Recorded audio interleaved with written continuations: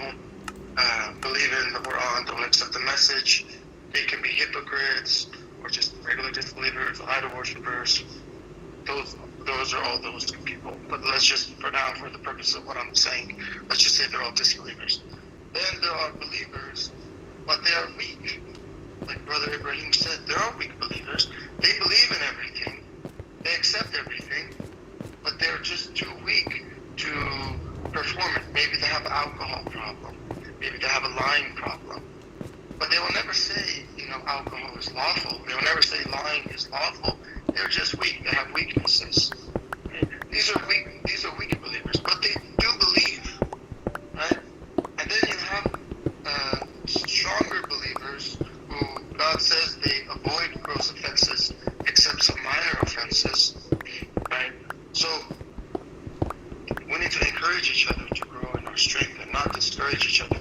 If brother or sister is committing a sin, we just help each other to grow, because at least having the foundation of belief is a major blessing. And then we can build off that. We have a lifetime to build and grow in strength in our belief. And God willing, everyone reaches the status of having no doubt whatsoever, a solid, strong believer, and not a weak one. And the example here, given in the verse, is verse 5. These weak believers were reluctant. They were just arguing, and they didn't want to fight in this particular situation. They just were hesitant. But the true believers, they don't hesitate. They will jump at a moment's notice. They will strike when necessary.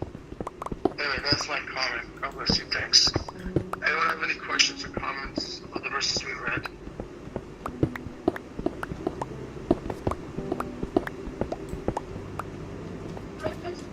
Assalamu alaikum. Can I ask a question? Yeah, please. That's related to this last comment that you made about the true believers and the weak believers. So, do you guys think that weak believers, is that talking about the first stage of restoration, when you're still weak and your soul is not grown? Or is it talking about just different types of believers? And do you think if the person stays weak like that, his life is going to get to heaven? What do you guys feel?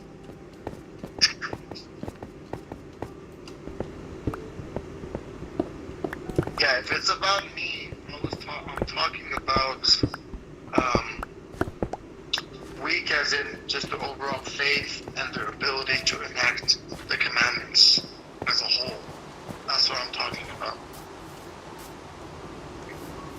Someone can believe in everything, but they just don't have the strength or willpower, the faith enough to live by what they believe in. But they're not denying, they don't reject. They accept everything, but they're just too weak to carry it all out. Does that make sense? Between that and lip service. I think maybe lip service is like the hypocrites, right? Where they don't really believe. I think you think about it, there's a grace period in the sense where you know what you need to do, but you need to build up the confidence to be able to do it voluntarily. But you can't make that your perpetual excuse in the sense of like, oh, well, because we have the example, I think it's actually sort of 4, where it talks about having to be condemned with the angels that take their souls. They say, what was the matter with you? They said, we were oppressed on earth. They said, was God's earth not spacious? It means that we can use that as kind of a temporary, like, okay, hey, I'm new to the religion, and you need to build up the confidence. The failure happens when we come to realization what we need to do, but then we eventually create excuses. Not only that we don't need to do it, but not doing it is actually the righteous approach. It says, have you noted those who said all you need to do is, do your salat and give zakat, and when fighting was decreed for them, right? Feared the people as much as they feared God. But once we twist what it is that's righteousness, then at that point, we become in the camp of the hypocrites. But if you know what you need to do, but you just just lack the fortitude to carry forward. I would say you fall into the camp of the weak believer, but that's like, it's a transitional stage. Either you have to move into actually being a believer and following through, or the dissonance is going to be too much, and the people fall into hypocrisy. Peace be upon you. Peace be upon you all. Yeah, I can go after you, brother. Yeah, I think in the context that I'm reading, it seems that there is a situation or a test that is created for a group of believers, and that some were without hesitant fulfilling that commandment or that requirement, and some were hesitant. And the example of war was an example of it, or mobilization was an example of such scenario. So, because, and I think those strong believers have complete faith in that. So that's the difference in my opinion.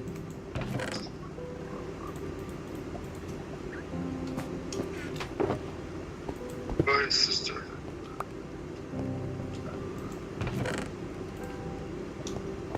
Thank you. Peace be upon you all. Thank God for this opportunity. Mashallah. Good comments. Good comments were made. I just wanted to add that, there may be situations where we may be expected to be at a certain level and to do certain things.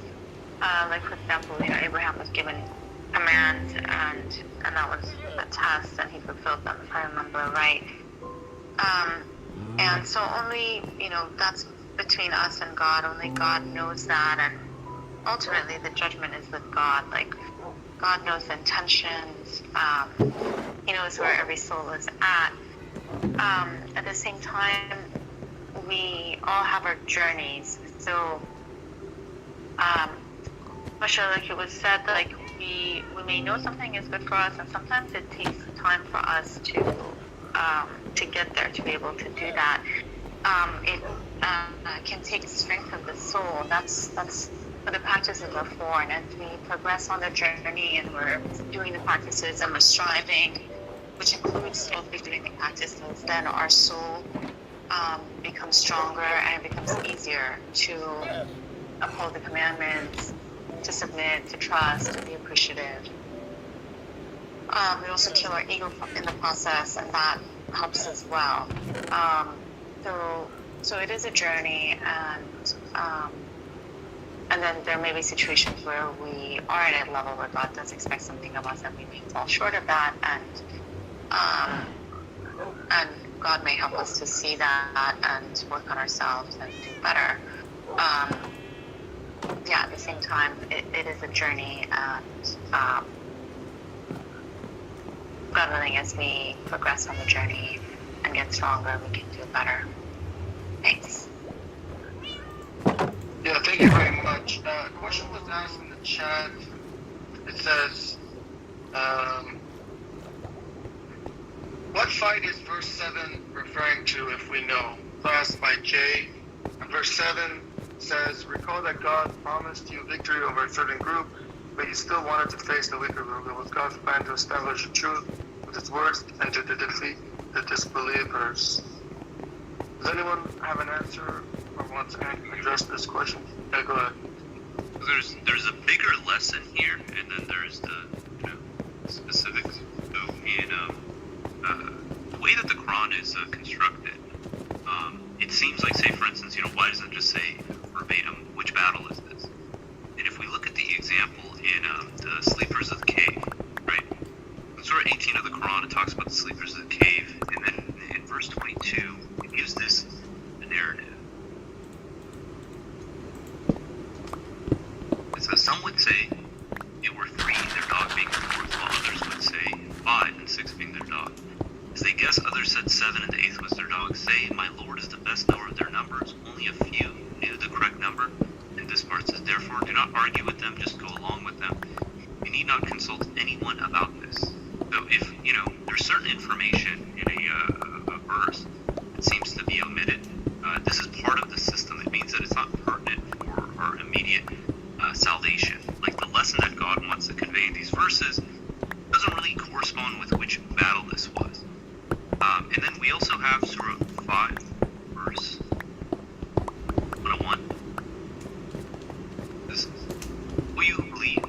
ask about matters which, if revealed to you prematurely, will hurt you. Then this verse says, if you ask about them in the light of the Quran, they will become obvious to you. God has deliberately overlooked them. God is forgiver, clement. Meaning that there are some questions in the Quran, but it just requires that analysis.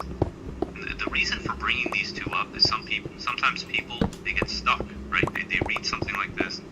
It's not exactly clear, which battle this is. And then they go and they search for external sources, be it the history, the sirat, these other things to try to, figure out what it is. The thing is, the lesson God is trying to teach us here, and even if we don't know which battle it is, all the tidbits we need for the lesson is clearly depicted in the verse. With that said, what does this correspond to? If we look at Surah 3, verse 313, shows the example has been set for you by the two armies who clashed. One army was fighting in the cause of God, while the other was disbelieving. They saw with their own eyes that there were twice as many. God supports with his victory whomever he wills. This should provide an assurance for those who possess vision. And then if we go to Surah 3, verse 121 through 125.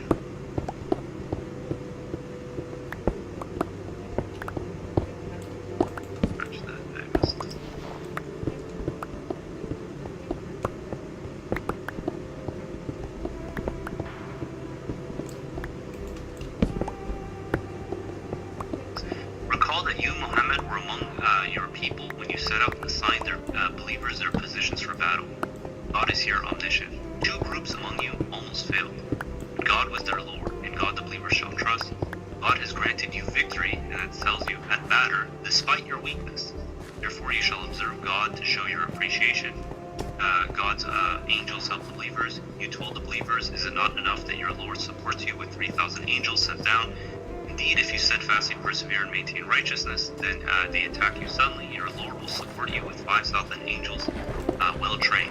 And if we look at all this, right, we realize that, chapter 8 is the context of what's being spoken, is parallels what's in chapter 3 in these verses. And then also we know that Surah 2 was the first revelation given after the Hijrah, and then the revelation afterwards was chapter 8, and then following that was chapter 3. And this also corresponds with what we know about the Battle of Badr. That this was the first battle that the believers fought in, that's depicted in the Quran, after their migration from Mecca to Medina. Thank you very much for explaining all that. Anyone else have any questions or comments about the verses that were read?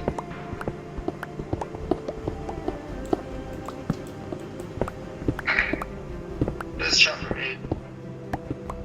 From the beginning to verse 8. If there's no more questions, we can load the next batch of verses. Just a quick follow-up. So it seems like this is, this is like when the believers were being oppressed and were driven out of Mecca, and then they immigrated to Medina, and then this was the first battle after that. Is that the battle of Badr that's being spoken of in these verses? Did I understand that correctly, Brother Dude? Yeah, that's the way I understand it. So the big lesson is look, if God didn't specify it specifically, either it's not important for the information that's being presented, or you just have to dig in deeper. If we take it from the surface level, we say, everything we need to know is in the verses. Then if you research it, there is a connection here with the battle mentioned in Surah 3 and the Battle of Badr. And this is the second surah revealed in Medina. So the first surah revealed in Medina is Surah 2, and the second surah revealed in Medina is Surah 8. Thank you. Praise God. Yeah, I agree. Perhaps for salvation, it doesn't matter, but it's interesting and nice to know. And when people may wonder and ask. So praise God. God bless you. Thank you. All right. Anyone have any more questions or comments? If not, we're gonna move on to the next batch of verses, God willing. Is it okay if we do verse 9 through 20?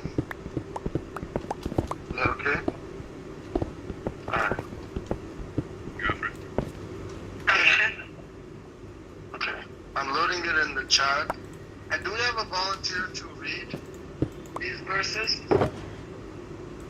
Preferably someone that has not read. And you get priority for comments too. It's a perk of reading. Which verse are we starting off? It's in the chat. It's in the, yeah, God bless you, peace be upon you. It's in the chat. Verse 9 through 20. Okay. Okay, thank you. God I bless could you. read. Go ahead. Thank you so much. Soldiers. Thus, when you implored your Lord to come to the rescue, he responded to you. I am supporting you with 1,000 angels in succession. Victory guaranteed for the believers. God gave you this good news to strengthen your hearts. Victory comes only from God. God is Almighty, most wise. Oh, and how many verses are we reading? Yeah, it's just all the verses I put in the chat. For 20. Okay, wait, hold on. I'm on the wrong chat. Yeah, go to VC1, that's the chat there, I typed. There you go. Okay. Okay, thank you. No problem. Thank you. 11. He caused peaceful slumber to overtake you and pacify you, and he sent down water from the sky to clean you therewith. He protected you from the devil's curse, reassured your hearts, and strengthened your foothold. Lessons from history. Recall that your Lord inspired the angels. I am with you, so support those who believe. I will throw terror into the hearts of those who disbelieved. You may strike them above the necks, you may strike them even every finger. And the footnote says all wars are governed by the basic rule. This is what they have justly incurred by fighting God and his messenger. For those who fight against God and his messenger, God's retribution is severe. This is to punish the disbelievers. They have incurred the retribution of hell. O who believe, if you encounter the disbelievers who mobilized against you, do not turn back and flee. Anyone who turns back on that day, except to carry out a battle plan or join his group, has incurred the wrath of God, and his abode is hell. What a miserable destiny. God is doing everything. It was not you who killed them. God is the one who killed them. It is not you who threw when you threw. God is the one who threw. But he thus gives the believers a chance to earn a lot of credit. God is here, omniscient. Additionally, God thus nullifies the schemes of the disbelievers. You sought victory, O believers. Victories did come. It belonged to the believers. If you refrain from aggression, it will be better for you. But if you return, so will we. Your armies will never help you, no matter how great. For God is on the side of the believers. Who believe, obey God and his messengers, do not disregard him while you hear. And the footnote for 17 says, believing in God necessitates believing in his qualities, one of which is that he is doing everything. Without knowing God, there is no belief. Bad things are endured by us and executed by Satan in accordance to God's laws. Alright, thank you. Thank you so much, sister. Do you have any questions or comments on the verses that you just read? I have to reread it just to make sure, but I do like the emphasis of like verse 17. God is doing everything, and I think it just goes back to the separation between the true believers and the weak believers, and it's like I have always had this question of how the disbelievers are separated from the believers. Like, what trait do the disbelievers have that makes them disbelieve? Like, what exactly are they missing that causes them to disbelieve and go off the path of like righteousness? So, if any of you have any ideas on this question, I am due to submission. That would be very helpful. Anyone would like to address your question, please?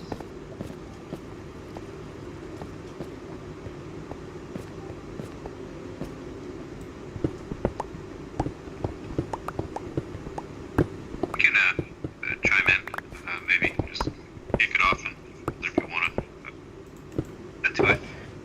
In this world, there's really two choices. This is in Surah 36, verse 30. 360. Yes, 360. It says, the devil is the other alternative. Did I not covenant with you, O children of Adam, that you shall not worship the devil? He's your most ardent enemy. In this world, you either have a propensity to worship God alone, or to set up partners with God. Whatever we're more, how do you put it, aligned with, we're going to see that manifested. So someone who neglects God and wants to have a partner next to God, they're going to be repelled by belief. They're going to be repelled by the concept of submitting to God alone. They're going to find alternate kind of paths. But as someone who has it inside them, they want to worship God alone, the innate instinct that God placed inside every human, God is going to guide them by virtue of their belief. And I'm just going to put two verses, verse 30, verse 30. Therefore you shall devote yourself to a religion of strict monotheism. Such is the natural instinct placed into the people by God, which creation of God will never change. This is the perfect religion, but most people do not know. It's verse 10. It's 10, I believe. Well, for 9 through 10. It says, as for those, 9, so it says, as for those who believe and lead a righteous life, their Lord guides them by virtue of their belief. Rivers will flow beneath them in the gardens of bliss. So, whatever we have a predisposition for, God is going to create in this world to allow us to move in that direction. Thank you. And I think I have an additional question to that. I feel like I didn't really explain what I mean by the separation between disbelievers and the believers. One is, of course, they kind of choose, they pretty much choose to believe or disbelieve. It's just that there are people that could make a decision without knowing that they made the decision. It's almost habitual for them to disbelieve. And I remembered reading Surah 2 of the children of Israel, and how they were given all these proofs and all these blessings, and they still went astray. And it showed me that that proof, that you could have proof, and then you could also still disbelieve. You could still go astray, even if everything is explained to you. And I just thought of that as interesting, because there's a lot of times when I was talking to other people where they would be like, I would believe in God if I had proof of it. And probably, most likely, in situations if they were given the mathematical miracle or just any form of miracles, it wouldn't be enough for them. Yeah, that's all I have to say. There's a system that God created here. Whatever it is that's deep inside our soul, God is going to allow it to come to fruition for us to see for ourselves why we made the decisions we made. Someone who chooses belief, God is going to shower them with miracles left and right. They're going to be able to see the truth, and it's going to increase their faith. Someone who wants to disbelieve, God's going to give them enough rope, convince them that A, there is no God, or God isn't absolutely in control, and they're going to feel justified in that understanding. And this is just part of God's system. So in 1975-76, it says, hey, those who choose to go astray, the most gracious will lead them on until they see what is promised for them. Either the retribution or hour, that is when they find out who really is worse off and weaker in power. God augments the guidance of those who choose to be guided. The good deeds are eternally rewarded by your Lord and bring far better returns. The way that this world operates is whatever, again, is in our innermost of our soul. God wants to bring that to fruition. He created a system where we have, what's known as confirmation bias. Whatever it is that we believe, we're going to find reasons to confirm that belief. All that does is it confirms what our true convictions are. Thank you. So what I got from that is that blessings or like proof can act in like different ways. So like based off of what somebody chooses, like what you said, confirmation bias, it can either reinforce their belief or drive them more astray.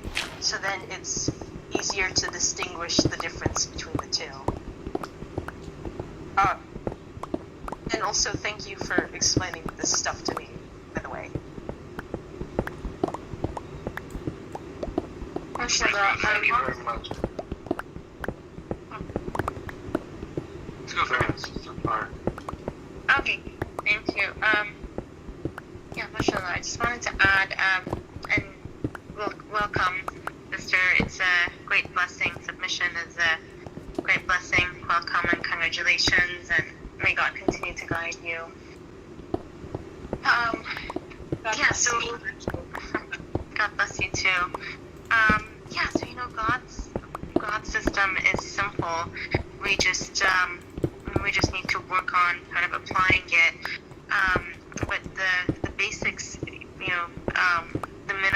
minimum is basic, is simple. Believing in God, living in a hereafter, and leading a righteous life, being a good, righteous person. I think the key things are,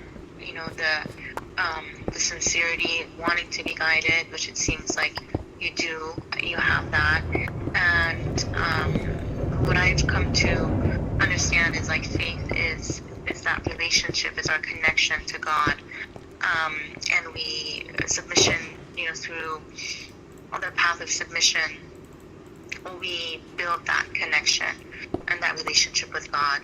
And so I think those are the key things. Like if we want to be guided and we're connecting to God, and asking Him for guidance, and building our relationship with Him, our connection, praying to Him, talking to Him, thanking Him, praising and glorifying Him. And the practices help with all that, with nourishing and purifying our soul and building our connection with God. They're really a help, and a big help and support. And then being appreciative. I think these are the key elements, and I think if we have those, God willing, we won't go wrong. So we want to be guided, and we're doing our part. We're putting in the time and the effort. God is going to guide us. That's why He created all this and gave us this chance. For those who want to be guided and want to make it back, and are going to put in that time and effort. I hope that helps. God bless you. Thank you, sister. God bless you too. Well, I think I'm satisfied with That's my wonderful. question. Thank you. I'm satisfied with my question. I don't have any other questions. So, yeah, thank you. I appreciate it. Yeah, thanks a lot. All right. Anyone else have any questions or comments about the verses that were read? We read from the beginning of chapter 8 through verse 20. I had a couple comments myself, if no one else has a comment right now. So verse 10 is really important. It says, victory guaranteed for the believers. And so this one is really important to remember that victory comes from God and it's guaranteed for the believers. And it's really easy for us to get discouraged, but we shouldn't get discouraged, because if we are doing everything, or at least mostly correct, then God is going to guarantee our victory, and we need to stay strong and have faith in God. The second point I wanted to make was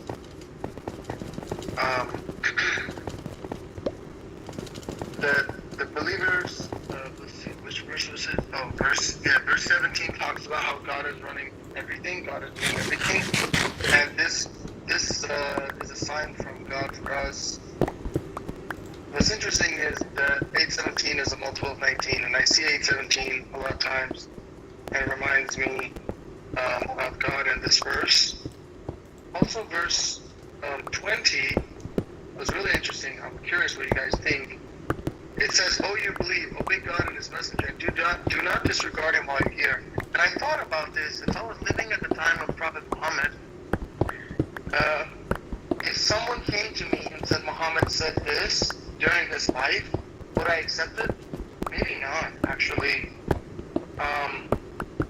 For example, if someone came to me and said this is prohibited, I don't know if I would accept that if I didn't hear it from the Prophet himself. What do you guys think about this? And do you guys think that this verse is addressing Hadith? Because it says, "Do not disregard him while you're here." So if you hear him, then you cannot disregard him. But if I get second-hand or third-hand sources, even during his life, that's not really hearing him directly. How do you guys feel? Thanks.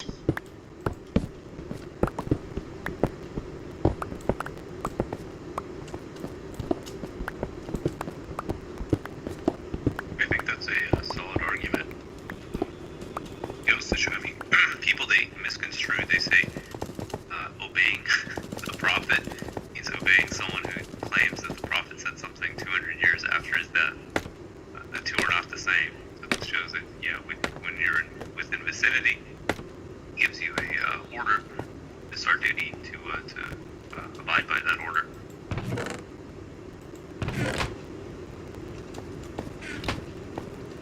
Good point. What do you think about the argument of some of the Sunnis make that say it says "and" as opposed as it indicates obeying God and obeying Prophet is different things? How do we linguistically address that?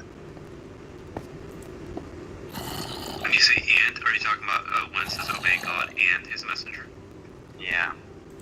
This is actually it goes against them because it's not obey God or His messenger, right? An "and" statement means that the two have to be aligned. And what we find in the Hadith corpus is that the supposed commandments and narrations from the Prophet contradict what's in the Quran. Right? So when they're confronted with this, they come up with all kinds of mental gymnastics to say that no, these aren't in contradiction. Maybe a clear example is, say, for instance, like the ablution, the dietary prohibitions, the punishments, right? These things are in complete contradiction to what's in the Quran, and so then that wouldn't be an "and" statement; that would be an "or" statement. Good point. "And" indicates that they are in agreement. It can't be in contradiction, definitely. And can someone argue the "and" means addition? So because that also has been played out a lot. So if we say that it's in addition, then it would be a "or" statement because they're not saying if we're saying "and" but then one is going to contradict the other one, then that can't be an "and" statement. How do you do two things that are opposite, right? Two contradictory statements. Yeah, but the example of evolution can sort of follow the narrative of saying, we have 4 steps and we do these 3 steps. So depends on what you're talking about. Do you lash and stone? I'm saying some of the things definitely contradiction. Only have but I more dietary prohibitions and it's like it does. I'm just trying to make sure we can have as solid arguments because they always trying to wiggle out a way not to sort of agree with the fact that, and because this is what they constantly refer to, them obeying the messenger, and this is their, and this I've heard that they bring the argument that this is and that one, that means they're more than one. So they say Quran is obeying God, and then the Hadith is obeying the message, which in itself, because the messengers do not speak on themselves, it creates a contradiction, obviously.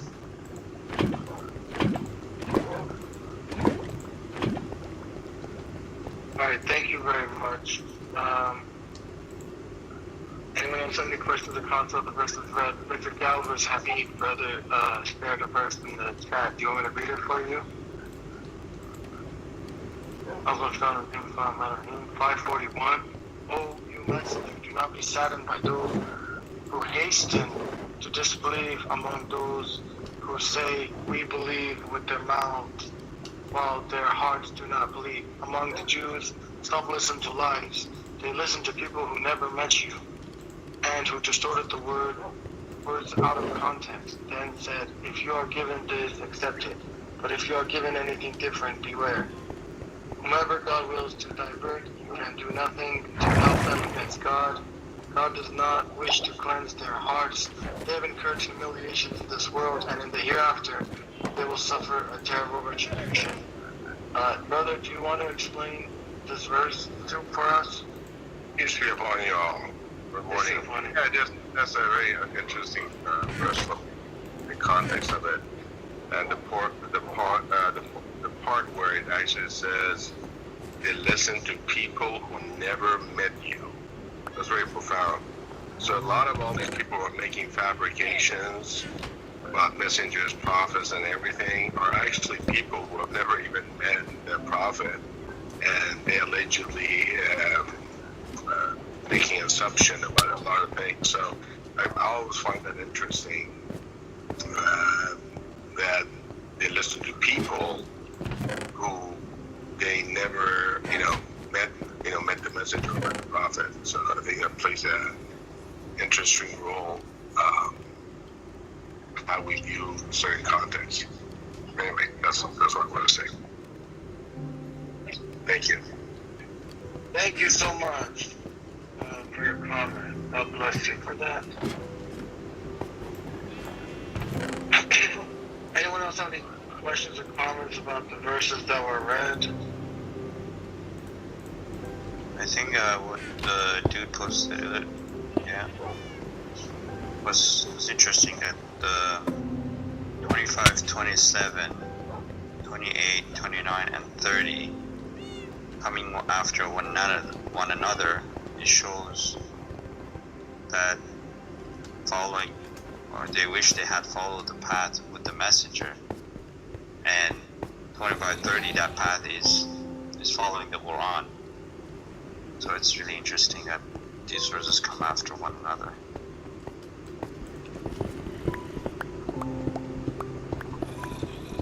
Yeah, exactly. For anyone following along, verse 27 of Surah 25, it says, alas, I wish I had followed the path with the messenger. And 3 verses later said, the messenger said, my Lord, my people have deserted this Quran. So it doesn't say my sunnah, my ummah, my hadiths, or anything like that, because they abandoned the Quran. So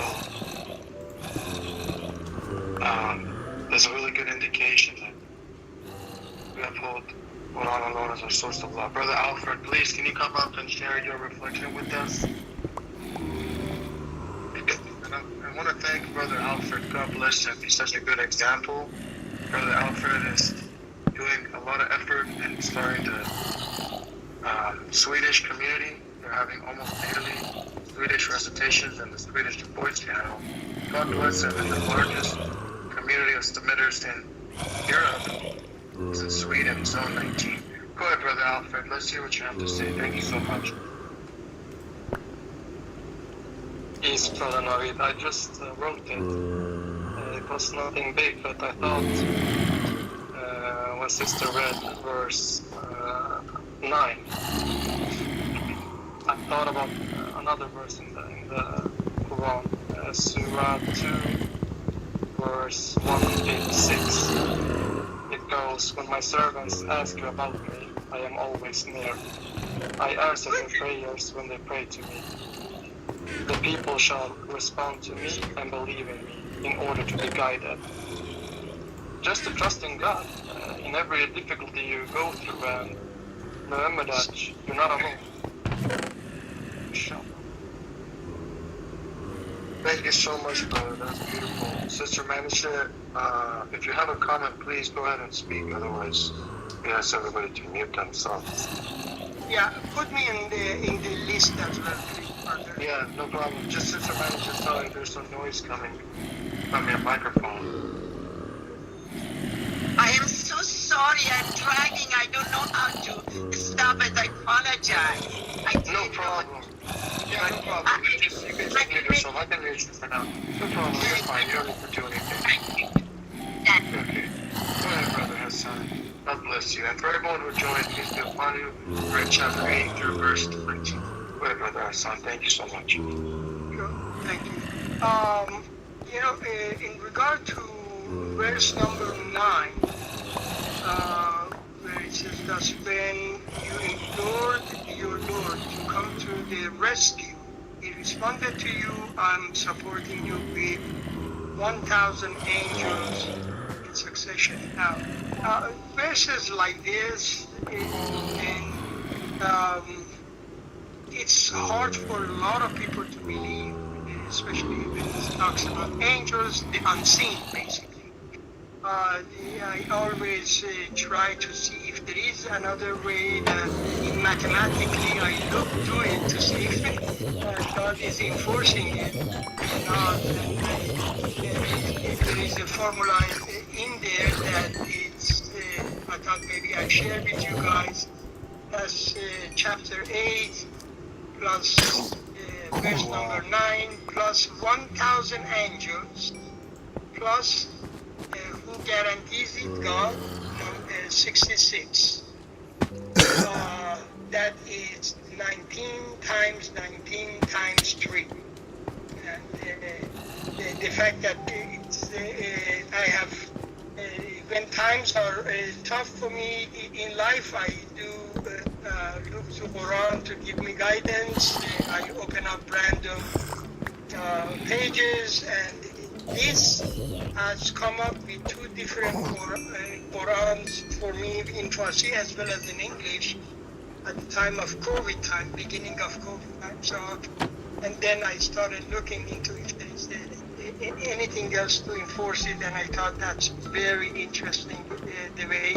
So chapter 8 plus 9, which is the verse, plus 1,000 angels guaranteed to come to your rescue, plus the source of it, God, 66, it adds up to a number that is 19 times 19 times 3.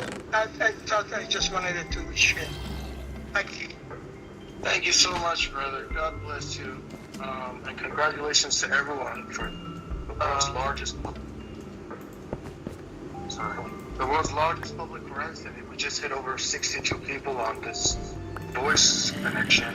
God bless you all for your study. It's such a blessing and honor to be able to study the Quran in this way. It's a great opportunity, and I really appreciate it. Go ahead, Brother Ibrahim. What's your comment? I want to make comment on verse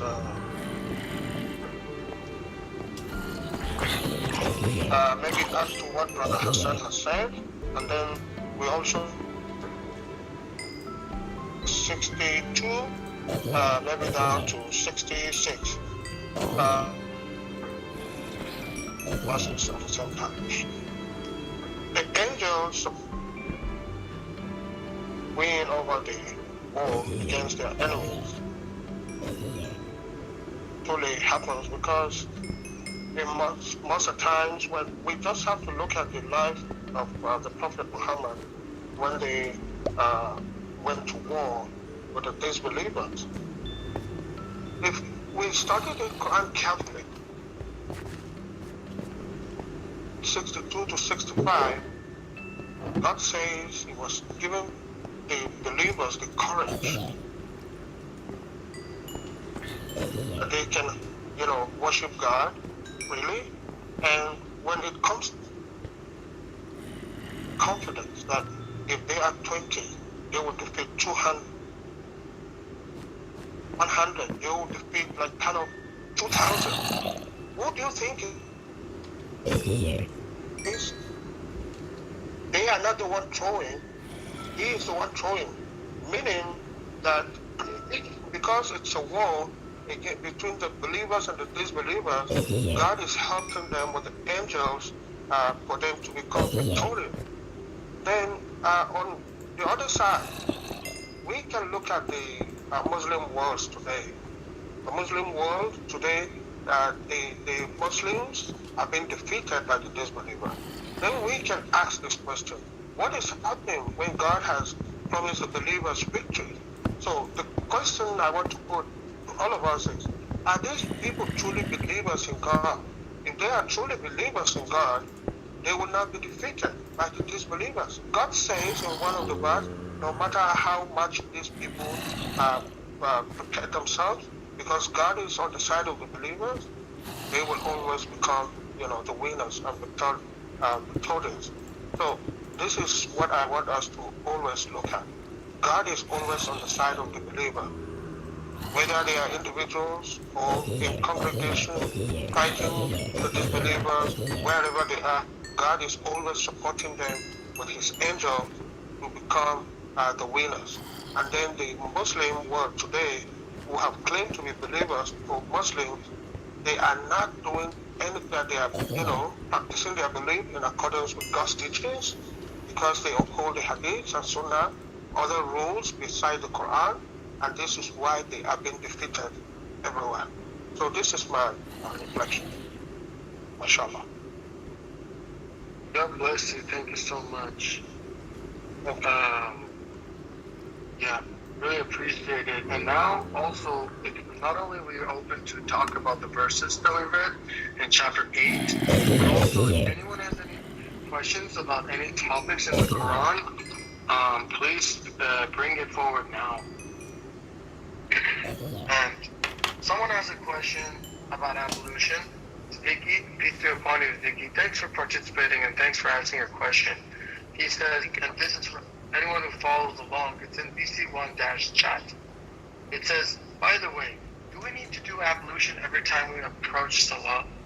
And that's a contact prayer. And this question has come up many times because of the way the verse is written. However, the answer is that we do not need to do it every time, as long as we maintain the previous ablution and it has not been nullified. And what nullifies this is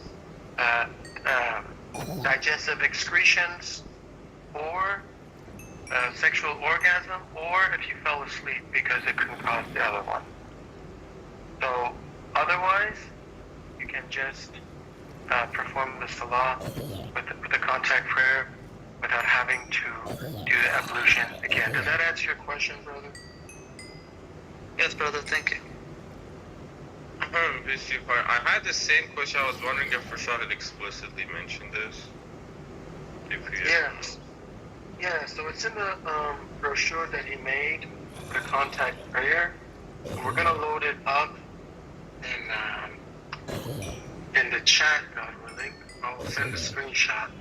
And God willing, you can record this. So this is his brochure that he gave to everyone at the last conference that he held in 1989. I'm loading this up in PC1-chat. That's the brochure. And if you look in this brochure and you go to page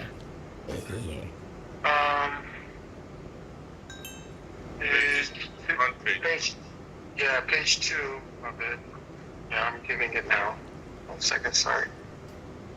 And if you guys can save this, I would really appreciate it, so that way it's on the Quranic Labs website, inshallah, if Sarah. Yeah, that would be a great idea. If you could please do that. Is this the brochure, or is this the image of the brochure? There's an image of the brochure. There's a front page of the brochure. And then if you look at the bottom of page 2, it explains what nullifies ablution. Digestive excretions, that's the bottom of page 2. Digestive excretions through the intestines, including gas solids or urine nullifies ablution. Sleeping also nullifies ablution, since one becomes unaware. Thus, one may observe a number of contact prayers with one ablution, provided he or she does not go to the bathroom, pass gas, or fall asleep. Yeah, I think that's quite clear. Thank you very much, brother. God bless you. Thank you so much, and thank you for everyone for participating. We still have another hour, God willing. Does anyone have any questions or comments about any topic? Yeah, assalamu They'd alaikum. like? Please feel fine, brother. Go ahead. Yeah, I just want to ask about the same concept here. Let's say if you're traveling in an airplane and you don't have a bottle and you don't have anything to use the ablution, how do you do that?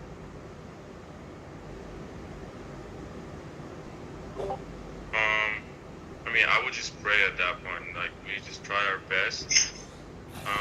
But if there's no situation that I could either do ablution or tayammum with anything, then I would personally do it without the wudu. Because There's water. There's washroom in the airplane. yeah, I mean, just in case, like, I don't know. What? If In case the washroom I don't know if it's like is broken. logistically possible to like the whole Let's ocean. look at a real scenario.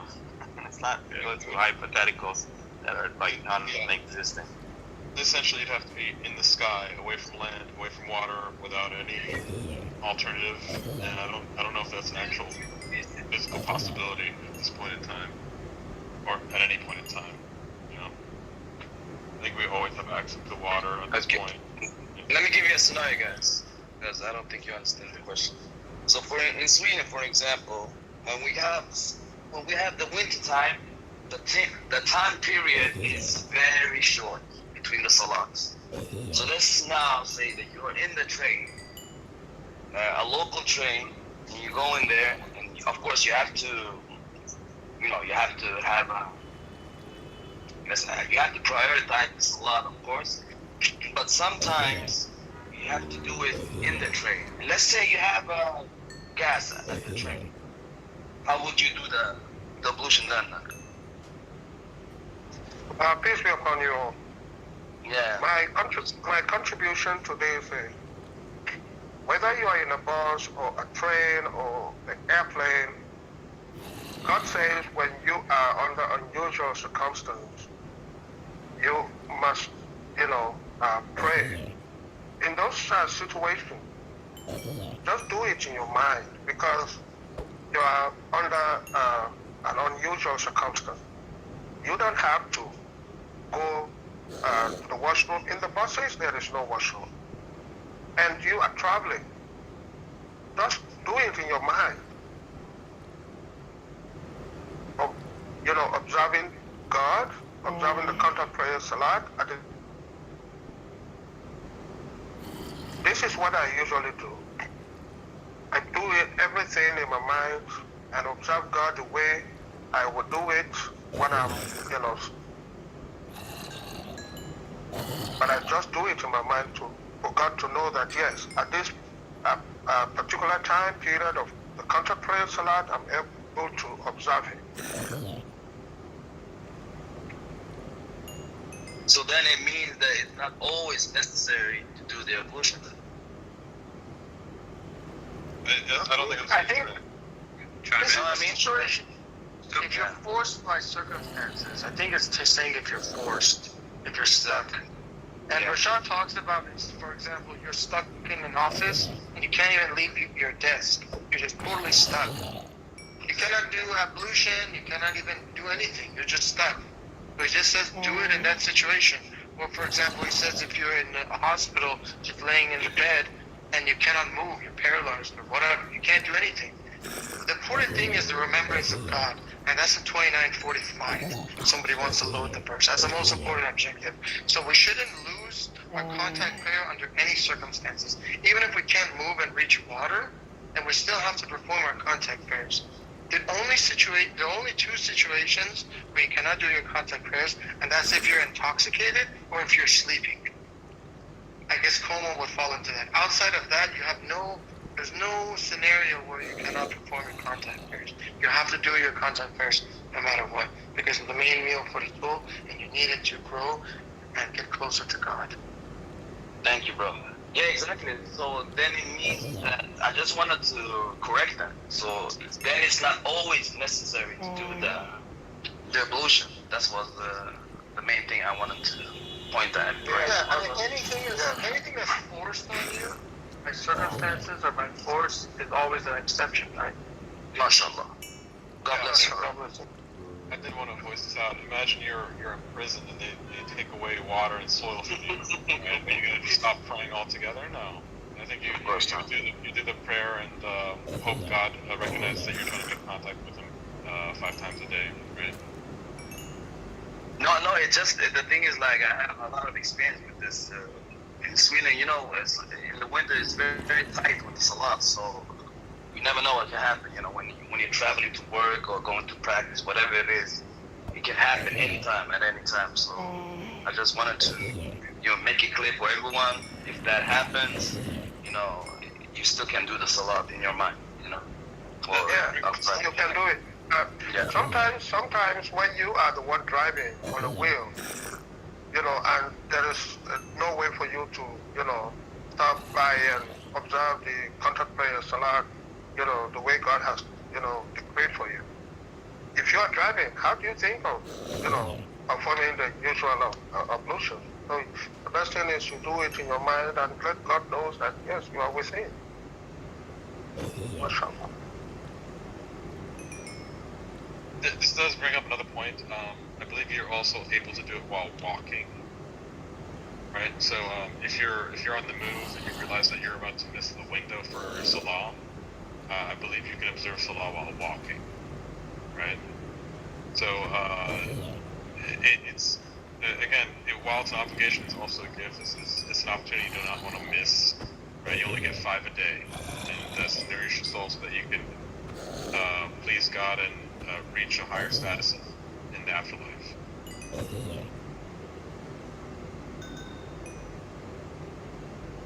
Yeah, so Mr. J brings up a good point. So there are people who say that you need to observe ablution before you read the Quran, or that you can't even touch the Quran if you're on your period. These things are not true. God has made no mention of, make sure your hands are clean before you touch my words. He has made no such declaration.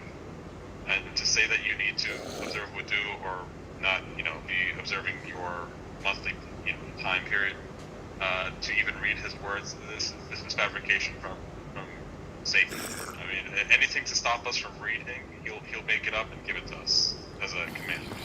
Satan, not God. Right? Yeah, you feel free to, if your hands are muddy, hey, you got a Quran, go read it if you really want to. I mean, I'd wash your hands. I don't want a dirty book, but you're not forbidden from reading it just because your hands are a bit dirty or you've not observed ablution. Because the importance is in the meaning, right? The guidance, not the physical paper. Yeah, I think it's valuable if we could add the verses that they refer to, that none can touch this except the sincere. Whether they interpreted that as, you know, touch this except those who are mutahharun. I think the words are important that we put in how it's mistranslated and it's used for that. I put it for everyone in the chat, in DC1-chat. Would you like me to read them? Yes, please. Yeah. Only the sincere can understand the Quran. 5675. I swear by the positions of the stars. This is an oath. If you only knew that it's awesome. This is an honorable Quran and a protected book. None can grasp it except the sincere. A revelation from the Lord of the universe. The insincere is the footnote. The insincere who are not satisfied with the Quran alone are divinely prevented from understanding the Quran. This concept is repeated throughout the Quran, 1745, 1857. Consequently, they cannot understand this verse. For example, compare this translation of these verses with other translations. Yeah, that's ironic. They can't even understand this verse. And this is the honorable Quran. It's protected, and only the sincere can grasp it. And what's interesting is the word used here for touch is different than the one used in the Quran for touching a physical book in chapter 6, verse 7. It's a different word, and it's a different root. And this proves that it's not talking about physical touch. Chapter 6, verse 7 says, even if we sent down to them a physical book written on paper, and they touched it with their hands, those who disbelieved would have said, this is no more than clever magic. So go ahead, please continue what you're saying.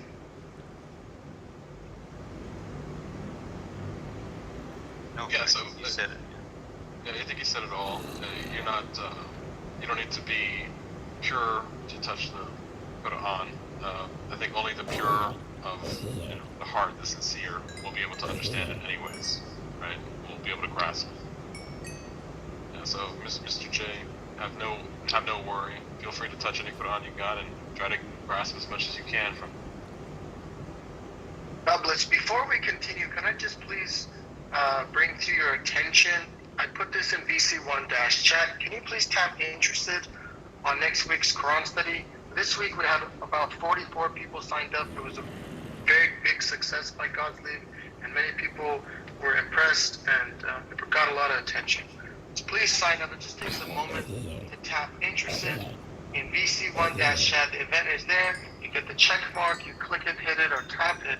And now we have 5 people signed up. Thank you so much for this, brother. AAA, Lavanort, Beans and Gravy, and Jay have signed up. Please just take a moment and tap interested on that so that more people can sign up. We have over 65 people on the Quran study, which is wonderful. Praise God. What an amazing blessing. And considering that this has only been started less than 2 years ago, we're very excited for the future.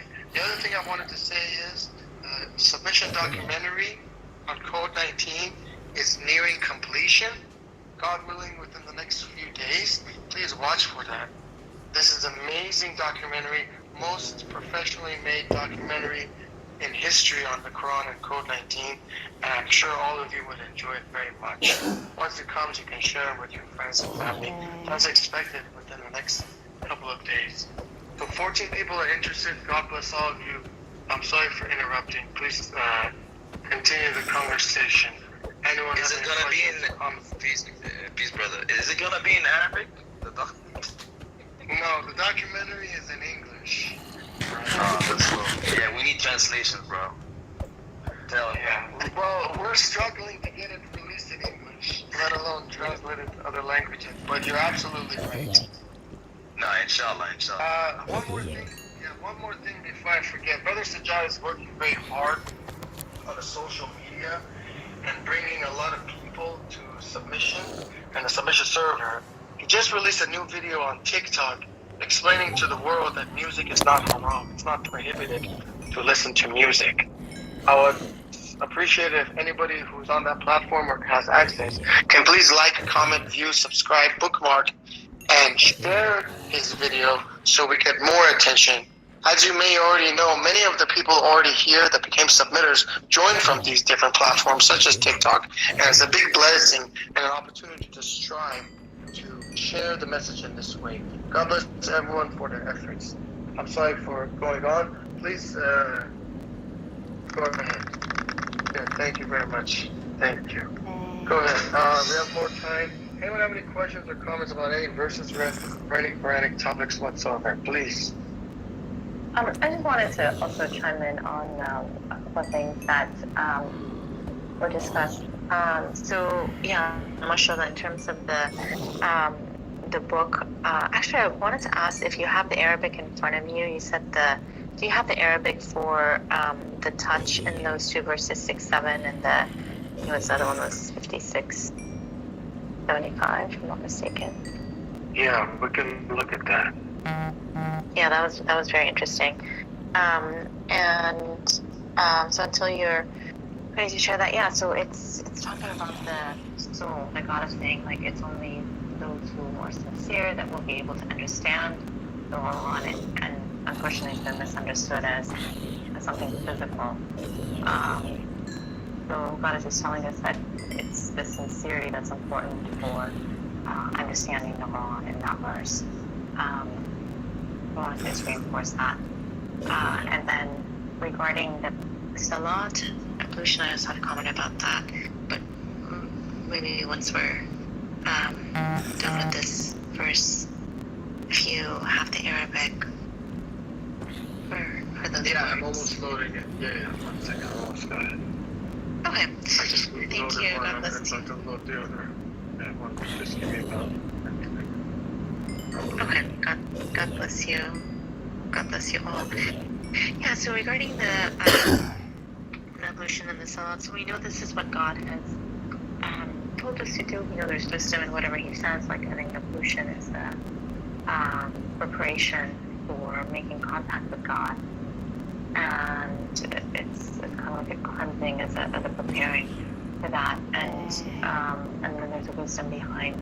You know, like myself, I found that it's really going through the motions helps me to like focus and during the salat. At the same time, you know, we each have our circumstances, and it was mentioned like you know, circumstances where we can pray while it's Surah 2 verse 239. It says, under unusual circumstances you may pray while walking or riding. Once you are safe, you shall commemorate God as He taught you what you never knew. So there may be situations where we're not able to pray the way God has taught us, and so God allows this, that we can't pray while walking or riding.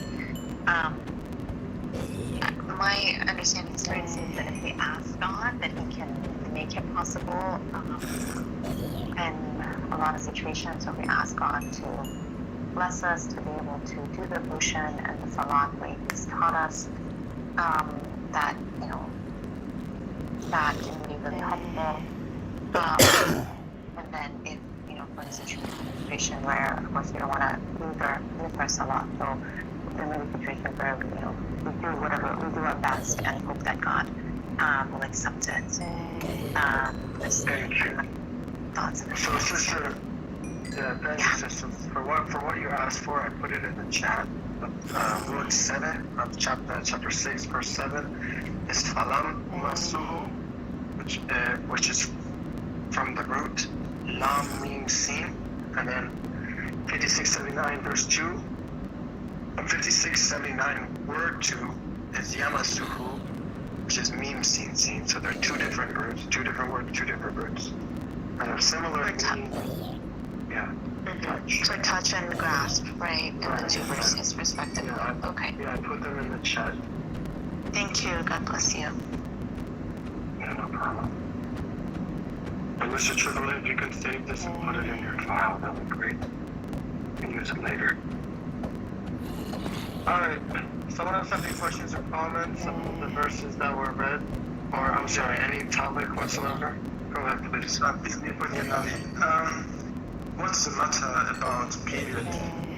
Are women allowed to pray when they have their period? Excellent question. Does anyone want to address this? Yeah, so not only they can, but they must. So there's no verse in the Quran explicitly prohibiting women from praying. However, there are some verses that refer to it being unclean, but it's not referring to it as a spiritual being unclean, basically. So that's why. Let me try to find the verse. I think it's chapter 222. Yeah. So let's read this together. They ask you about menstruation. Say it is harmful. You shall avoid sexual intercourse with the woman during menstruation. Do not approach them until they are rid of it.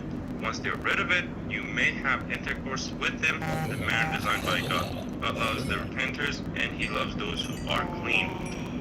So yeah, this is talking about the menstruation, but it doesn't really prohibit women from being able to pray. I think there was another verse too. I have to find it in reference to this. But anyone else want to make a comment? Please go ahead. When they're bleeding, how would they be able to pray? Can you pray while you're bleeding? Huh? Yes, you can. Yeah, there's no rule against praying while you're bleeding. So if I get cut off my arms, you can still pray. Yeah. That's already a prayer. Bleeding. Wait, what's wrong with it? Why not? Because in this kind of situation, when you're urinating, And also, when you bleed, the blood is coming. It doesn't come expectedly. It just comes unexpectedly, and you don't even know that blood was coming. Yeah. So That's not what validates the wudu. We just read it, right? It was not one of the items that didn't validate the wudu. So Charlie, Everyone just, sorry, just 1 second. I think Sister Lisa was trying to make a comment, and then Brother Ibrahim, and then Brother Chipotle. Go ahead, Sister Lisa. yeah, there's a hadith, there is a hadith that says that Aisha used to pray while she was menstruating. Remember that thing that she put the pail between her legs? Show him that hadith. Yes. Right, but he doesn't believe in him. So Yeah, he's not a son. So anyway, the bottom line is, right, blood doesn't nullify ablution, so we cannot just assume that it does. Okay? The things that nullify ablution are in the verse 5:6 and 4:43. We cannot just add anything we want to what nullifies ablution. Blood does not nullify ablution, and we are required to do our contact prayers even if we are bleeding. It doesn't make a difference. And another point to remember is that ablution is a spiritual purity, not a physical purity. So this is the point of ablution. Although it is a physical act, but it entails a spiritual purity, not a physical impurity.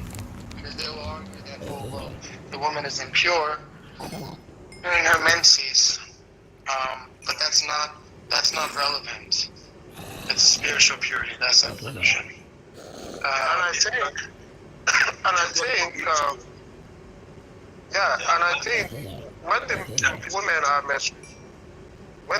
are menstruating, it is God's mercy that is, letting them to flush away something that will be harmful to them. Imagine if God allows this to remain in them, it's going to harm them. So God is letting them to flush it out. And if we look at the period between when a prayer is due and when it will elapse, it maybe kind of take maybe 1 hour or 2 hours. Do you think the woman will be, the blood will be rushing out for 1 consecutive hours without stopping? Within this period, if it stops, you can pray. God has given us a good time for us to observe the contact prayer salah. So there is no excuse. And God is being explicit. He said the men should not go for the women at this point in time. The men may contract disease, meeting with their women during menstruation, and because the menstruation is also harmful and painful to the woman, it will be adding more pain to them. So God is making everything easy for you. If God wanted to forbid anything, He would have added by saying, during this period of their menstruation, they should not observe the contact prayer salah, or they should not even come close to Him. So why would God stop the woman from, earning credit, believing in God? God is even telling us when we are when we are not clean, we can even observe the dry ablution, to observe if we could not find water to clean ourselves. We can observe dry ablution, to pray. So imagine if they are menstruating and God didn't say do not pray, why should they not pray? So it does an additional. I think the prohibition is due to the harm, the physical harm. The spiritual harm.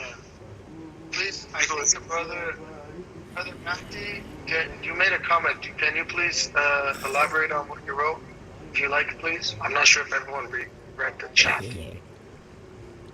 Sorry, Assalamu alaikum. The verse that we just read, just 2 quick comments. The verse that we just read regarding unclean, etc., is clear, very specific by God regarding sexual intercourse.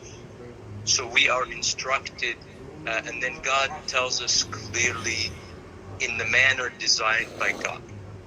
So this is it. It has nothing to do with salah. It has nothing to do with clean or not clean. The second comment is just very simple, and we have many women on the call. There is a misunderstanding from men often that the period is some bizarre thing of constant bleeding. That is not factual. That's fabricated by, allow me to say, by crazy Muslims. What I'm telling you, I have children and mother and everything, and they can swim, they can play sports. It doesn't hinder anything. So why would it hinder doing salah? So God's instruction in the Quran is just regarding sexual intercourse. Thank you for listening.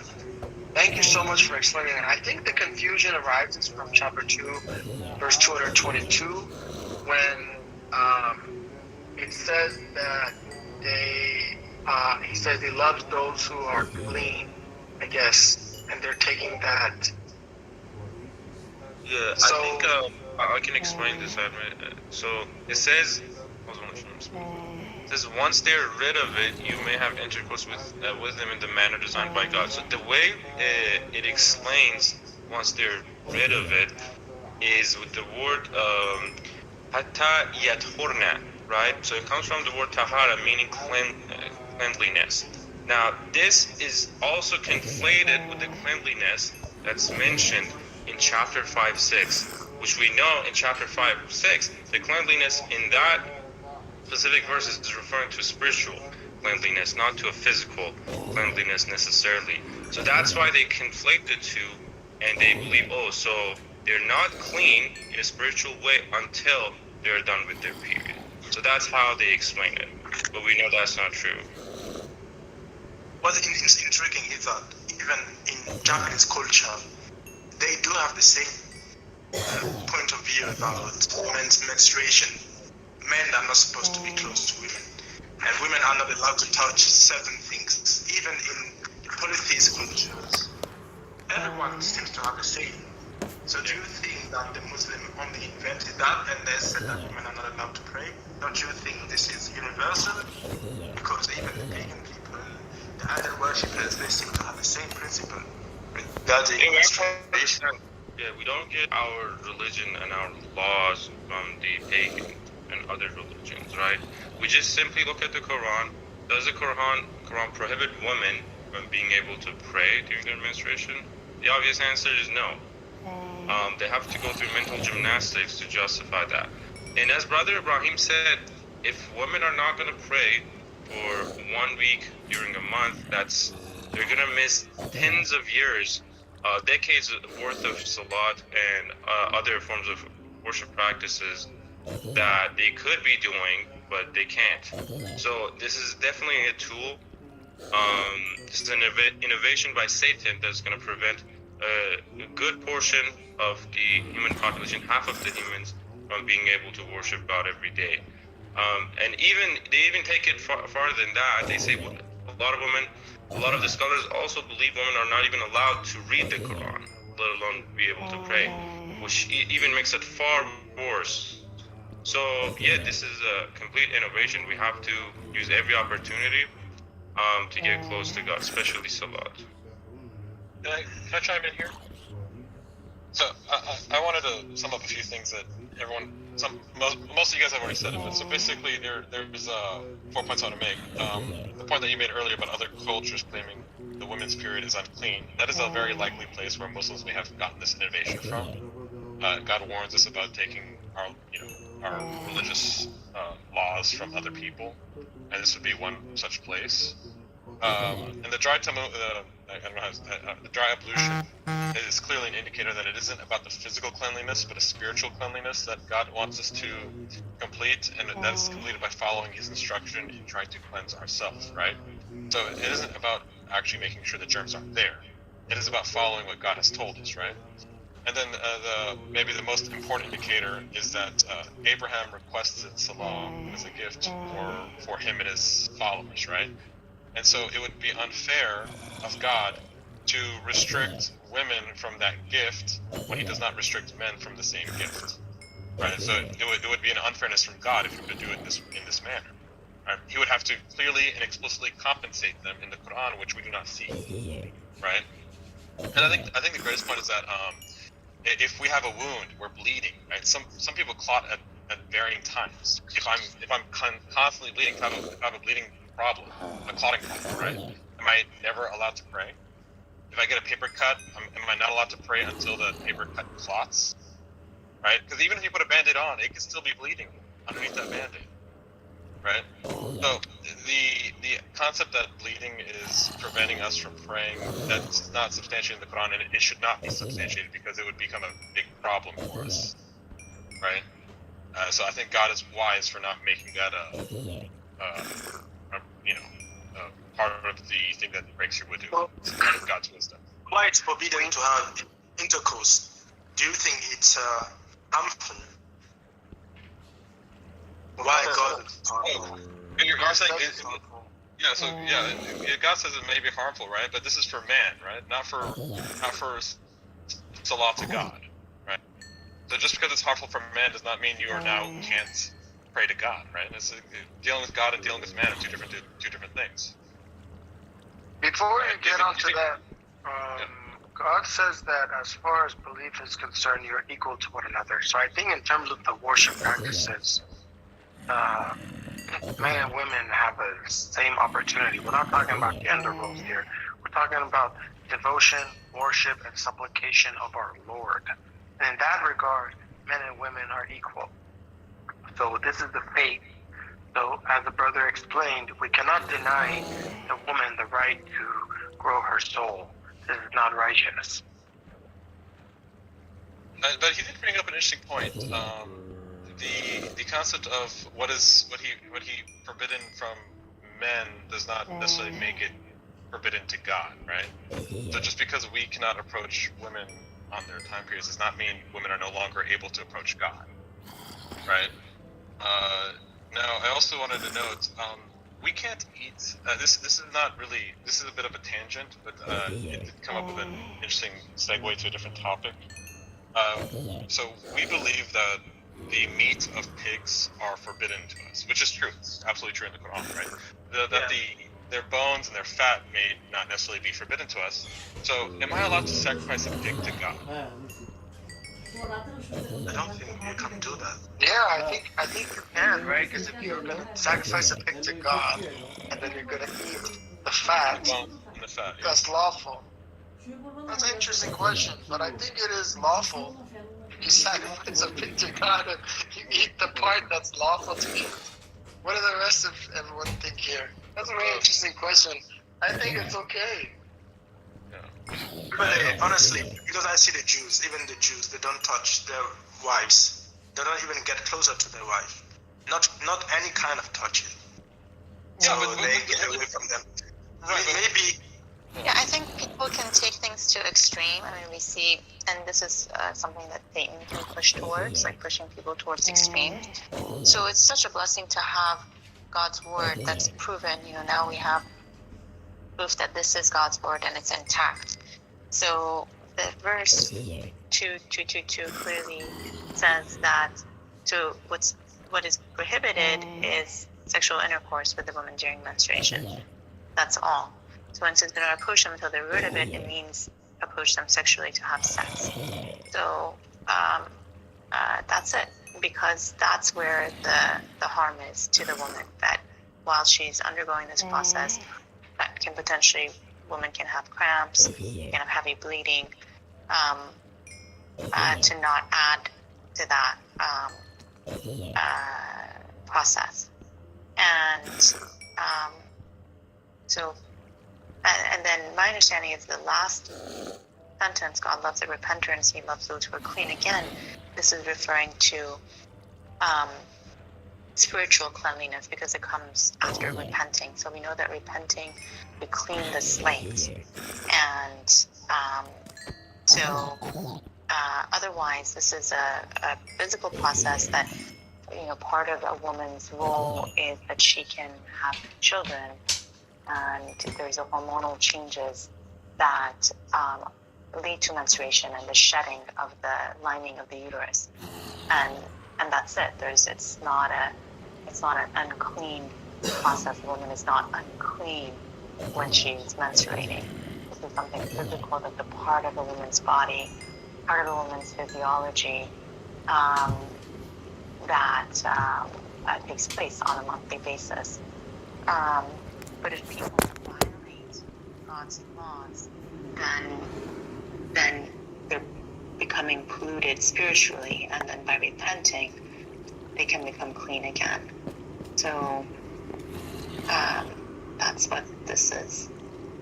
There's a verse in the Quran as well, when you read chapter 9, Surah Tawbah, verse 28. Allah says, "O believers, indeed the polytheists are impure, so they should not approach the sacred month after this year." So why did God call them impure? And why were they not allowed to get close to the mosque?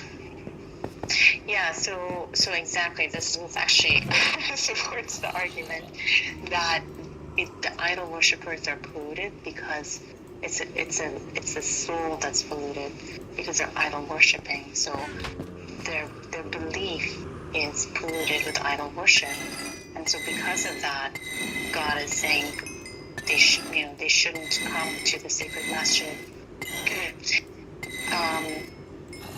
So that's my understanding of 928. Hey, Mr. Soul, what is just really quick? It's worth mentioning 928. The word is najas. This is a different word than what's talking about regarding impure. Thank you. Thanks, God. I just wanted to say, Salman, welcome to Brother Mahdi. If he's still here, great to have you with us and to hear you.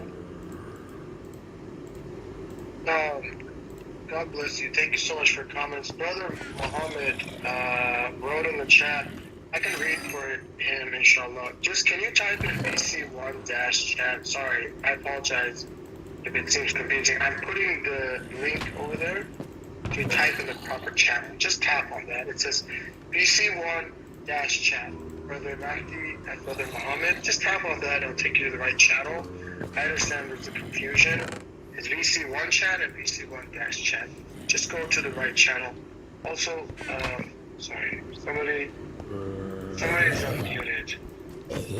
Okay. Yeah. So, Brother Muhammad, he asked a question, or he made a comment. He says, there is a verse for Friday prayer that you shall be clean and dress nicely. My understanding, I don't think it's spiritual. I think it's talking about clean bodily wise. And also after intercourse debate. Correct. That's correct. I think what we're saying is the wudu is a spiritual cleanliness. The wudu causes a spiritual cleanliness. But the being clean for the masjid is a physical cleanliness. And if that makes sense. And also, for Sister Fari, Brother Matthew wrote very beautiful explanation, mashallah, by her sister, and thank you for the welcome. God bless you guys for typing in this channel. I appreciate it. Just move to VC1-chat. Thank you so much. Go ahead. Does someone want to comment on this point? Thank you for sharing that. I'm usually away from the chat, so praise God. Thank you, Brother Naveed, and salam and welcome to Chris as well, if she's here. Thanks.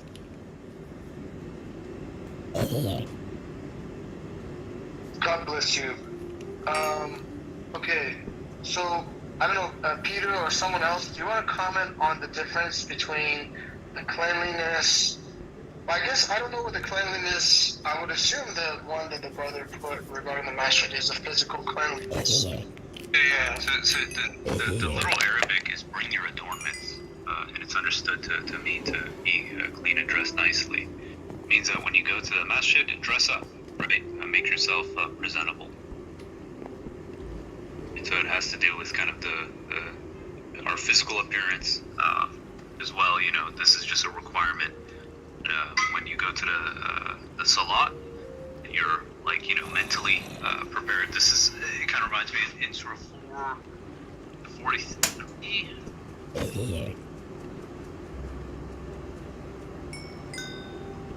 you who believe do not observe the contact prayer while intoxicated, that you know what you are saying, nor after sexual orgasm without bathing unless you're on the road traveling.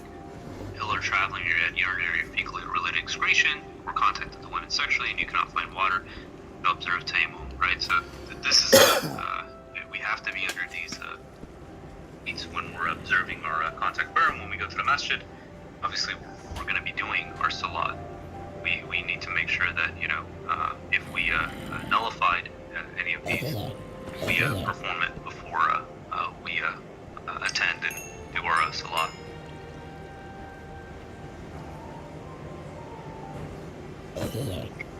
Israel.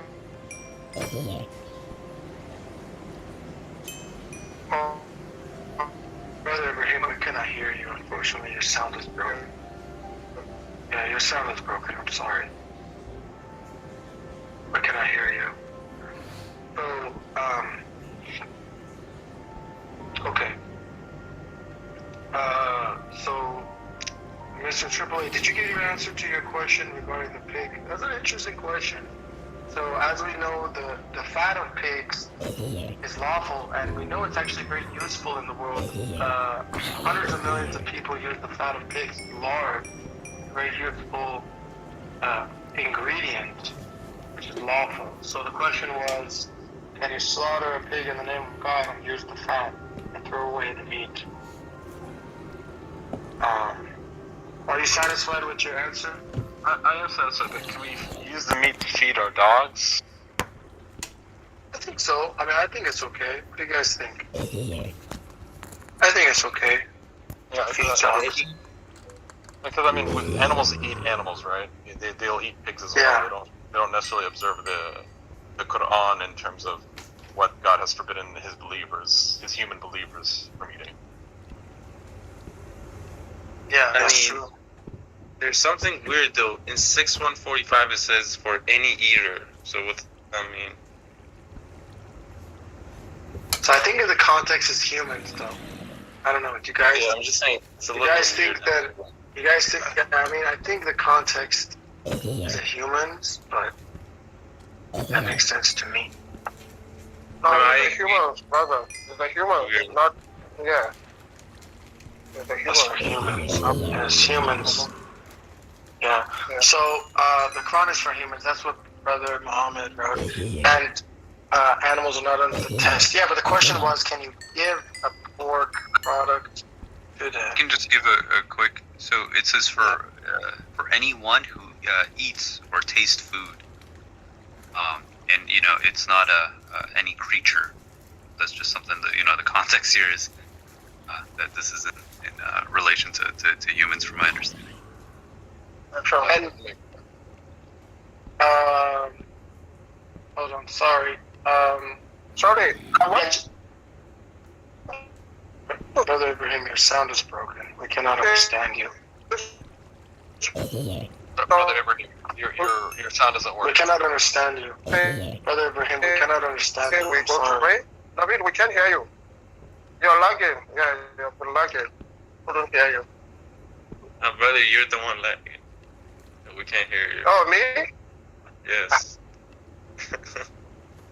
It's okay. I guess. Can you hear me now? Yeah, we can hear you now. Go ahead. Oh, okay, mashallah. I just want to add quickly to the comment of the believers, cleaning themselves to go to pray. We should always remember that when we, prepare to pray, we are going to meet our Creator. How do we always look at God in our mind? It's very important. If any of our leaders, for example, that cannot even be compared to God, should invite us for a meeting with them, how do you always prepare yourself to go and meet these people? Now we're talking about God, and God says, when you prepare to come to me, you shall clean yourself. Definitely. You don't go out, because there are some Muslims or some, even the submitters, that would just dress casually because they want to pray. They don't even know that observing, when they go out to observe the contact prayer salat, they are in contact with their Creator. It's not just about what you say. From what you do, from the ablution, you prepare yourself very well. You do the right thing, and then you go to the contact prayer salat in the presence of your Creator. You stand before your Creator, you know, talking to Him, praising Him, glorifying Him, asking Him for help, to guide you, to protect you from all evils and things like that. So definitely, when you prepare for any of your contact prayer salat, whether you're at home or outside, you must make sure you are clean, you dress nicely.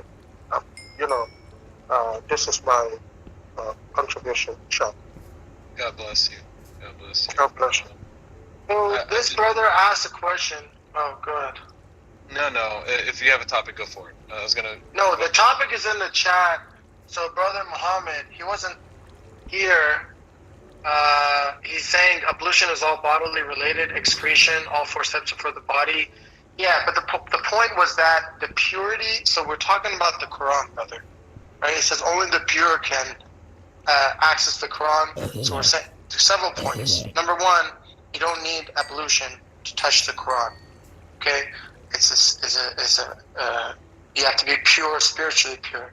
But specifically regarding ablution, it enters a spiritual purity. It's not physical purity. You understand, brother? And the reason we know this is because tayammum doesn't actually clean you, right? So if you can't find water, you touch you touch soil, right? The dry soil, and then you just rub your arms and your face. That doesn't clean you, right? Same thing with wiping your head. You're not shampooing your hair when you do ablution and wipe your head. So ablution has to do with spiritual purity in order to perform the salah. Because otherwise they will argue that women on their menstruation are not clean and therefore they cannot perform ablution. So that's why it's explained like that, brother Muhammad, if that makes sense. Yeah. Correct. It's clean. Yeah, but even clean dry soil isn't going to clean you. So you touch clean dry soil, then they touch your face. That's not going to remove layers of dirt or what, layers of bacteria or whatever you have on your face. So the ablution is a spiritual purity. You can't wipe your face against like a clean couch and now your face is clean. That's not how getting rid of germs works, right? So it is obvious from the Quran that ablution is meant for spiritual purity rather than anything else. And we're saying that women who are observing their time of the month, they can maintain spiritual purity even if they're undergoing this difficult time period, right? And they can worship, right? I did have another topic, and it's actually like a topic ongoing in the Quran Scripture channel right now. It's about this verse that is often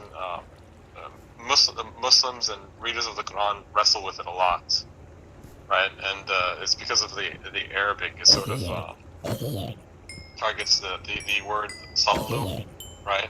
Sallu, which many people like to translate to mean pray, right? But here I believe, let me see. Peter, can you? Okay, there it is. Yasallun. Yeah, Yasallun. And this is being attributed to God and the angels. They're performing this verb upon the prophet, right? And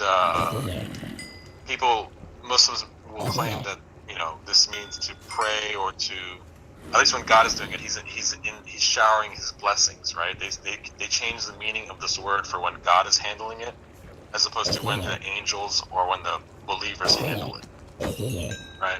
Actually, Peter, is there I think you're much better at addressing this topic. I just wanted to bring it up because a lot of people misunderstand these things, and I'm not as well versed in it as you are. Is there any? Oh, Peter, is he even listening? He's deafened. Is there someone? What's your question, brother? So, what's your question, brother? Can someone explain to me the difference between, what does Salu mean here? Why are people? Yusaluna means support, contact support. Yeah, so I'll explain it. So Which verse can you guys? It's chapter 33:56. Okay. So the word Yosaluna in here, the only issue is to identify which root does this word refer to.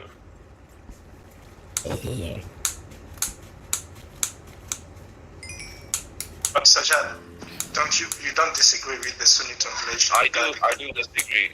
We do disagree with their root for this specific word, right? So they believe that Yosaluna, the root is Sad Lam Wav, which means to send blessings or to pray for something. Yeah. We don't accept this. We say no. It's Wav Sad Lam, meaning to connect, right? Meaning that God and the angels connect with the prophet, and his command the believers to connect with the prophet. Now, what does this mean? To make contact with the prophet, to connect with the prophet, to support the prophet. That's what it means, to help and support him. So we don't believe this means that they're praying on the prophet, but rather they're supporting him.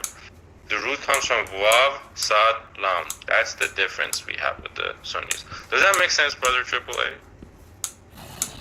I do think Yeah. so. And I'll just add to this, brother, it has to be support, because look at 999.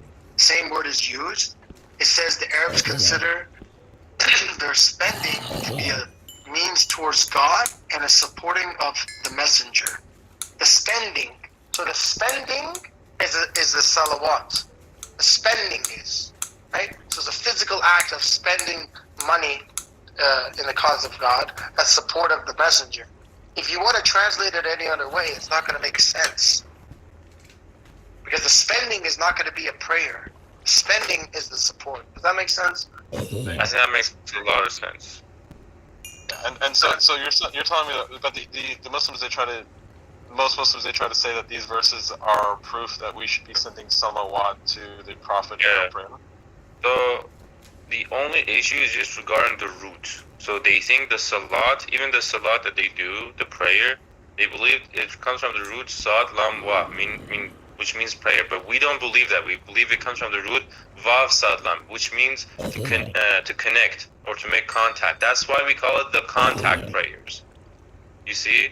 So it's just a difference about which root does the word salat or the word yosaluna and all these words that are used in the Quran. Which root is correct? We have a difference with the Sunnis on the So when Allah speaks about the believers, did he use the same verses? Yes, and I'm going to read those verses, please. Let me read those verses. So 9103, okay? Look, it says, take from their money a charity to purify and sanctify them, and encourage them, for your encouragement reassures them. Is that the same? Yeah, that's the same word. But the reassurement here, encouragement or reassuring, is a salawat. Similarly, in 33:43, it says, he is the one who helps you together with the angels, with his angels, to lead you out of darkness into the light. He is most merciful towards the believers. Here, it's clearly support. Yusalli. So it has to mean help. God does not pray, right? Doesn't make sense if it's prayer. God does not pray. You understand? Brother Nabi, let me ask you a question, please. Maybe Suleiman would understand this. Why would God pray for his servant? Is the servant not supposed to pray for God's help, or for God, or to God, or anything? Does God need the human beings, or we are the ones that need God? Why would God and the angels pray? When it's not praying. Ibrahim, it does make sense, because Allah and his angels send greetings upon. It doesn't surprise me, because Allah says, this is in the Quran. This is in the Quran. God greets Abraham. You know, he sent his people. Not greeting. He sends his blessings. Not greeting. Yeah. So he can do the same to the believers. He can do the same to Prophet Muhammad. So what's wrong with that? If Allah tells you are getting it wrong, brother. Just relax. Who needs who? Between the humans and God, who needs who? That's what you should ask yourself. But God can send his blessings, just like he has done to every of his creators that believe in him. Do you understand? He has done that to his prophets, he has done that to the believers, just to bless them, to help them, because he knows what they need. And so he has to be there for them to support. We have just read Surah 8, where God says he will be there for the believers, even with angels, to support them. These are the kind of help. And let us look at the verse, the chapter we are talking about. Read from the top. Before you get to that, you would understand that it is not about just anything. It's about war. And the prophet needs God and the angels to support him. This is where God is saying, God and the angels help and support the prophet. It's about war. If you start from the beginning of the chapter to that point, you would know it is about war, not just about anything. MashaAllah. Yeah, so is it wrong if Allah sent blessing upon his servant? The Prophet Muhammad was a servant of God. So the same way Allah sent blessing upon Abraham, he could do the same with the Prophet Muhammad. That's not a problem. So do you think this verse is greetings? That's not greetings, not to pray. Yeah. You are missing the content. You are missing the point. Not to pray for his servant, but to bless them. It's different. Thank you. I take this translation. Look, for example, even if I pray for you, right, let's say I pray for you, Sultan, that I pray to God that he helps you, right? I don't just pray to you. Now, the question is, if God is praying upon the prophet, is he praying too? Yeah. Who is he praying to? That's the point. I don't think God is praying to the Prophet Muhammad. He is sending blessings upon. No. I don't think that's the Muslims have misunderstood that part. Yeah. Look, when we pray, we pray to someone, right? Or we pray for someone.